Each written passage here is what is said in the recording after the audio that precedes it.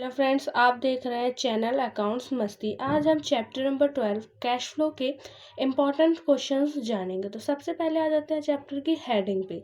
तो सबसे पहला आपका जो क्वेश्चन बन रहा है वो बन रहा है व्हाट इज कैश, कि कैश एक्चुअल में है क्या।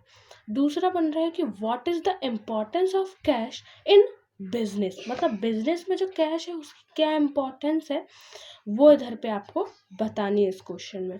इसी के साथ what is cash flow statement, CFS होता क्या है।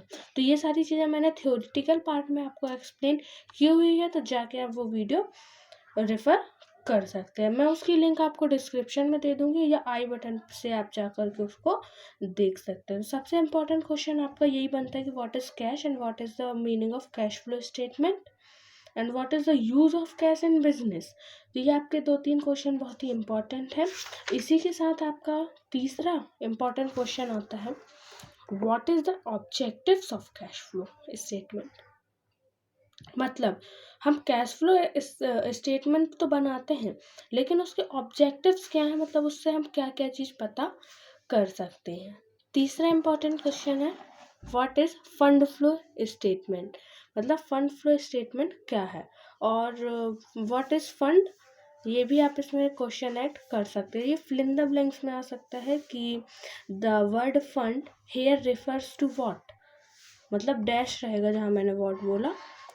तो ये क्वेश्चन आपको फिल इन द ब्लैंक्स या ऑब्जेक्टिव में आ सकता है। इसी के साथ चौथा इंपॉर्टेंट क्वेश्चन है what is difference between fund flow statement and cash flow statement. आपको इन दोनों के बीच में डिफरेंस बताना है, ये भी आपका इम्पोर्टेंट क्वेश्चन है। इसमें आ सकता है कि कोई 5 इम्पोर्टेंस बताइए या फिर कोई 3 इम्पोर्टेंस बताइए, ये आ सकता है। इसी के साथ आ सकता है what is indirect method. Indirect method आता है, और या तो फिर ऑपरेशनल एक्टिविटीज़। ये जो ऑपरेशनल एक्टिविटीज़ दी होती हैं, cash flow from operational activities, ये क्वेश्चन आ सकता है। लेकिन इनडायरेक्ट मेथड क्या है, ये क्वेश्चन तो आप बहुत ही अच्छे से कर लीजिएगा। और ऑपरेशनल एक्टिविटीज़ अगर आप छोड़ भी दें तो कोई बात नहीं, लेकिन इनडायरेक्ट मेथड आप मत छोड़िएगा। इनडायरेक्ट मेथड होता क्या है। इसी में आता है नॉन कैश आइटम्स क्या होते हैं, इसी में नेट प्रॉफिट बिफोर टैक्स क्या है, एक्स्ट्रा ऑर्डिनरी आइटम्स क्या है, नॉन कैश एक्सपेंसेस क्या है, नॉन ऑपरेटिंग एक्सपेंसेस क्या है। ये सारी चीज़ें भी आपको यहाँ पे जाननी पड़ेगी। या यहाँ पे आप गुडविल को भी डिफाइन कर सकते हैं कि what is goodwill, what is long term investments, what is long term capital, what is fixed assets.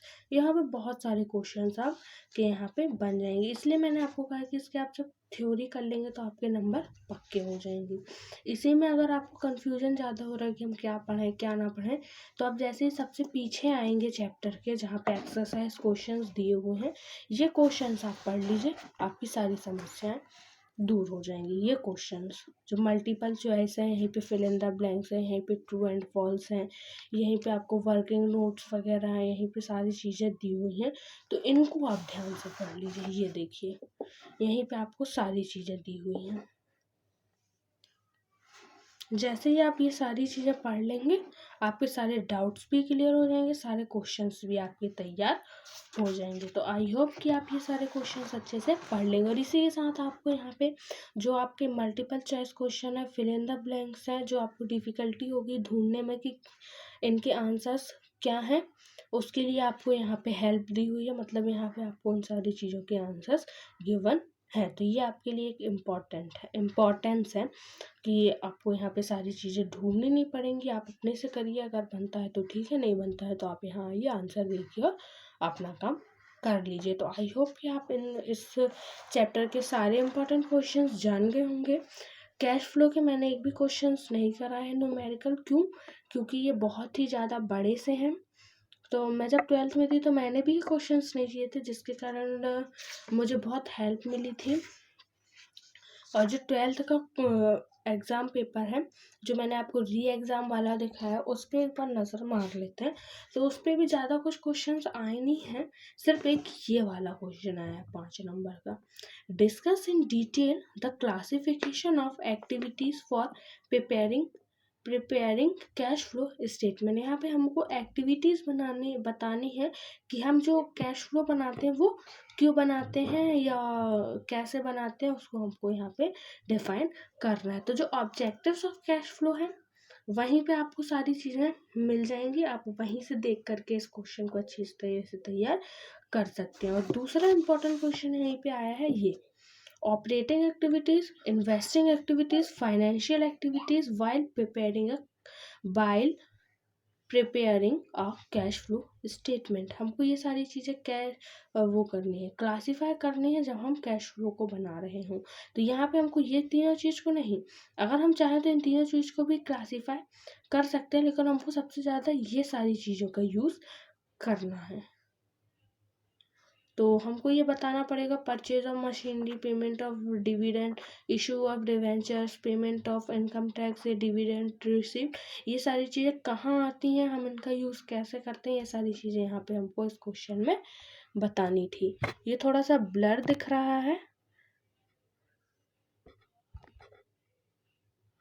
आ गया, थोड़ा सा नेटवर्क प्रॉब्लम था जिसके कारण ये ब्लर दिख रहा था। तो मैंने इस पेपर को पहले ही आपको अपलोड कर चुका है, तो आप जा करके वहाँ से अच्छे से देख सकते हैं। और यहाँ पे कैश फ्लो के ज़्यादा कोई क्वेश्चंस नहीं आए हैं, एक दो और आए हैं शायद, तो आप अच्छे से चेक कर लीजिएगा। यहाँ पे आपको करेंट असेट्स, करेंट लाइबिलिटीज़, ये सारे क्वेश्चन मतलब जो आए हैं वो सारे थ्योरेटिकल आए हैं, इसलिए मैंने आपको कहा है कि सारी थ्योरी आप इसकी अच्छे से पढ़ लीजिएगा। तो आई होप कि आपको ये वीडियो अच्छी लगी होगी। अगर वीडियो अच्छी लगी तो चैनल को सब्सक्राइब करें, page Instagram page, Facebook page को फॉलो करके हमें कमेंट करते रहिए, ताकि हम आपको वीडियोस ऐसे ही प्रोवाइड करते रहें। तब तक के लिए थैंक यू, फिर मिलते हैं नेक्स्ट वीडियो में। ज़्यादा से ज़्यादा शेयर करना है और लाइक करना बिल्कुल नहीं भूलना है। चलिए बाय बाय।